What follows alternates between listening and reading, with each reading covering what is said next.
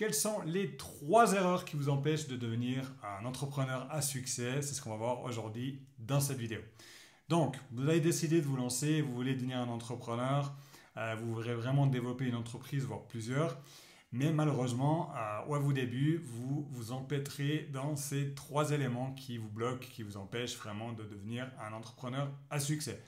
Première erreur, première chose à améliorer, c'est de ne pas trop être perfectionniste. C'est que moi-même, à mes débuts, j'avais tendance à tout fignoler, à passer des heures à fignoler mon logo, mon site internet, le petit pixel qui était par-ci, par-là, mes cartes de visite. Tout ce que je faisais, j'avais besoin que ça soit quasiment parfait. Et puis le problème avec ça, c'est que vous passez des heures à vous concentrer sur des détails futiles qui n'ont aucun impact sur vos activités. Le mieux, c'est de passer à l'action. À nouveau, il n'y aura jamais rien de mieux que de passer à l'action. Et l'idée, c'est vraiment de vous concentrer sur les tâches à haute valeur ajoutée, les tâches qui vous ramènent du business, donc des liquidités. Vous appliquez tout simplement la loi de Pareto et vous concentrez sur les 20% des tâches qui vous apportent des résultats. Vous faites ça au début de chaque journée pour obtenir des résultats et vous arrêtez d'être trop perfectionniste.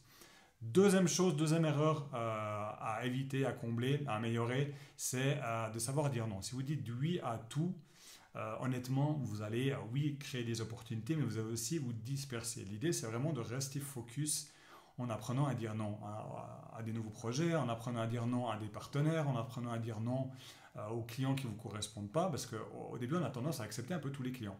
Et en faisant ça, vous allez vous retrouver avec des clients qui ne vous correspondent pas, où ça va être compliqué de travailler avec, et puis vous verrez que ça va être vraiment la galère pendant toute la durée de votre mandat. Donc, apprenez à dire non, ça va vous sauver la vie à l'avenir. Et la troisième erreur à améliorer, la troisième chose, c'est tout simplement d'apprendre à prendre des risques. Donc, prendre des risques mesurés, on est d'accord, mais pour réussir à gagner gros, c'est votre objectif, ou de réussir à créer une entreprise pérenne, il y a un moment, il faudra prendre des risques. Donc, prendre des risques, ça peut être, par exemple, dans l'immobilier, en investissant dans tel bien, dans tel projet, etc. Ça peut être aussi prendre des risques dans un positionnement que vous faites, que vous allez tester.